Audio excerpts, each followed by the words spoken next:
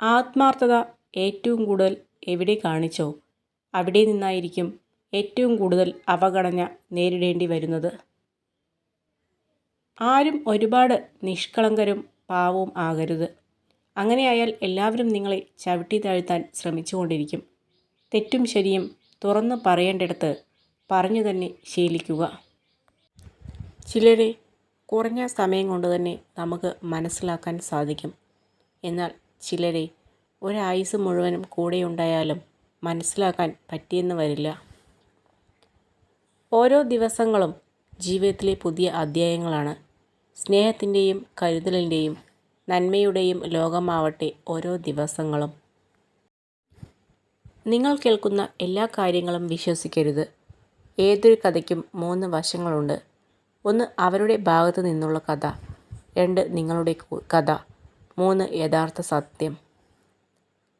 ജീവിതം എത്ര ആർഭാടങ്ങൾ കൊണ്ട് സുന്ദരമാക്കിയാലും സ്വഭാവം നന്നാവാതെ അതിന് ഒരു വിലയും ഉണ്ടാവുകയില്ല. നിങ്ങൾ കഠിനം ആണെന്നോ മടുപ്പുളവാക്കുന്നതോ ആണെന്ന് കരുതി ഒഴിവാക്കുന്ന പ്രവർത്തനങ്ങളിൽ ആയിരിക്കും നിങ്ങളുടെ വിജയത്തിനുള്ള ഏറ്റവും വലിയ സാധ്യതകൾ ഒളിഞ്ഞു കിടക്കുന്നത്. നേടാൻ ആഗ്രഹിക്കുന്ന ലക്ഷ്യത്തെക്കുറിച്ചുള്ള അറിവും അതിൻ്റെ പൂർണ്ണമായ ചിത്രവും വിജയം കൈവരിക്കുന്നതിൽ പ്രധാനമാണ്. ഹൃദയം ഒരു വിചിത്രമായ ജയിലാണ്.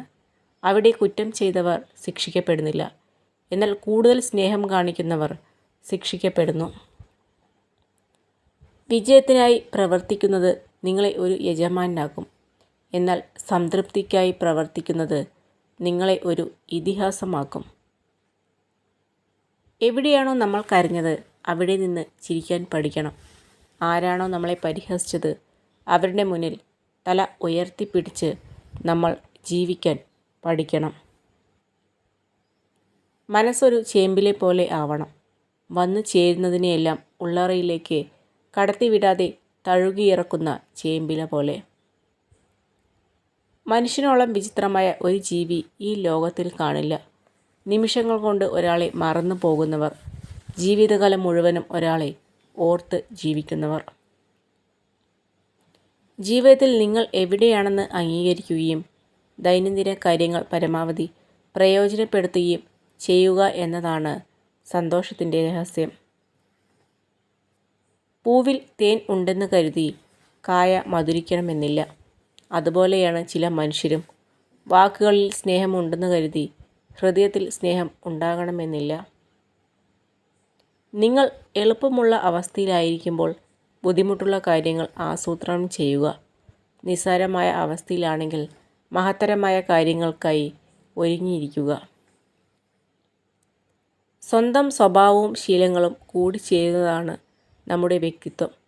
നമ്മൾ ജീവിതത്തിൽ ഇഷ്ടപ്പെടുന്നതും ചിന്തിക്കുന്നതും ചെയ്യാൻ ആഗ്രഹിക്കുന്നതുമെല്ലാം നമ്മുടെ വ്യക്തിത്വമായി മാറുന്നു. നമ്മുടെ വ്യക്തിത്വം നിർണ്ണയിക്കുന്ന ഘടകങ്ങളാണ് നമ്മുടെ ശീലങ്ങൾ.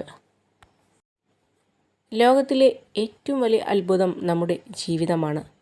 കാത്തിരിക്കുന്നത് എന്താണ് എന്ന് അറിയാതെയാണ് ഓരോ ദിവസവും നമ്മൾ സഞ്ചരിക്കുന്നത്. നമ്മൾ ചോദിച്ചു വാങ്ങുമ്പോഴല്ല, നമുക്കായി എന്തും മനസ്സറിഞ്ഞ് തരുമ്പോൾ മാത്രമാണ് അവയെല്ലാം നമുക്ക് വളരെ പ്രിയപ്പെട്ടതാവുക. അത് സ്നേഹമായാലും പരിഗണനയായാലും. മറ്റുള്ളവരെ മനസ്സിലാക്കാതെ വിമർശിക്കുന്നതിന് മുൻപ് നിങ്ങളുടെ വാക്കുകൾ, പ്രവൃത്തികൾ, സ്വഭാവം എന്നിവ സ്വയം വിലയിരുത്തുക. യാഥാർത്ഥ്യമെന്നത് സാഹചര്യങ്ങൾക്കനുസരിച്ച് മാറുന്നതല്ല. പ്രതിസന്ധി ഘട്ടങ്ങളിൽ സത്യസന്ധമായ നിലപാടുകൾ സ്വീകരിക്കുകയാണെങ്കിൽ പോരായ്മകളിലും ഉറച്ചു നിൽക്കാൻ നമുക്ക് സാധിക്കും. രക്തബന്ധമല്ല, വിശ്വാസമാണ് യഥാർത്ഥ ബന്ധം. വിശ്വാസം ഉണ്ടെങ്കിൽ നമുക്ക് അപരിചിതരും നമുക്ക് വേണ്ടപ്പെട്ടവരാകും. വിശ്വാസമില്ലെങ്കിൽ സ്വന്തങ്ങൾ പോലും അന്യരാകും. ചിലരുടെ പെട്ടെന്നുള്ള മാറ്റം നമ്മളെ വേദനിപ്പിക്കും. നമ്മളെ മനസ്സിലാക്കാൻ ശ്രമിക്കാത്തവർക്ക് മുന്നിൽ എത്രയൊക്കെ മനസ്സ് തുറന്നു കൊടുത്തിട്ടും ഒരു പ്രയോജനവുമില്ല. സൗന്ദര്യത്തെ സ്നേഹിക്കരുത്. നിങ്ങളുടെ ജീവിതം ആരാണോ സുന്ദരമാക്കുന്നത് അവരെ സ്നേഹിക്കുക.